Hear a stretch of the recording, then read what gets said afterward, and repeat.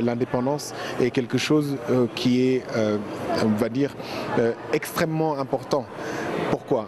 Parce que le film documentaire est censé présenter une réalité, est censé présenter des faits.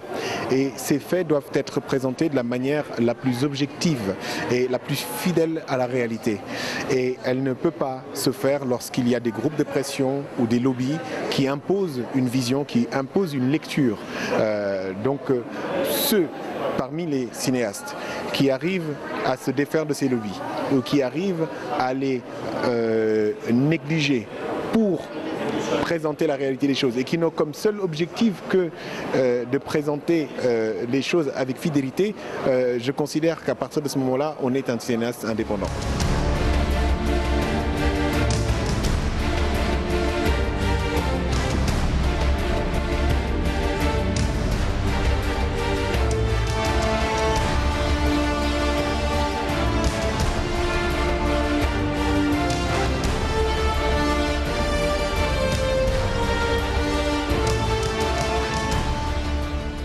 Chers amis téléspectateurs, vous regardez toujours l'émission du magazine culturel hebdomadaire L'Élixir.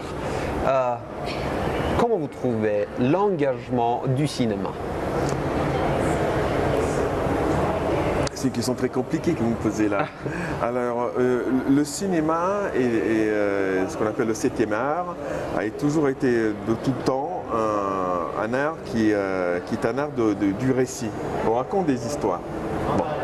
Ces histoires ont des fondements. Il faut toujours faire ça dans la règle de l'art. Oui. Sinon, ça ne tient pas debout. Et le film est ennuyeux. Ou alors le film devient incompréhensible. Alors, à l'heure actuelle, vous avez des canons et des sujets qui sont balisés. En fait, si vous faites attention, vous avez très souvent, pas toujours, mais très souvent, l'impression que vous allez au cinéma de voir toujours le même film.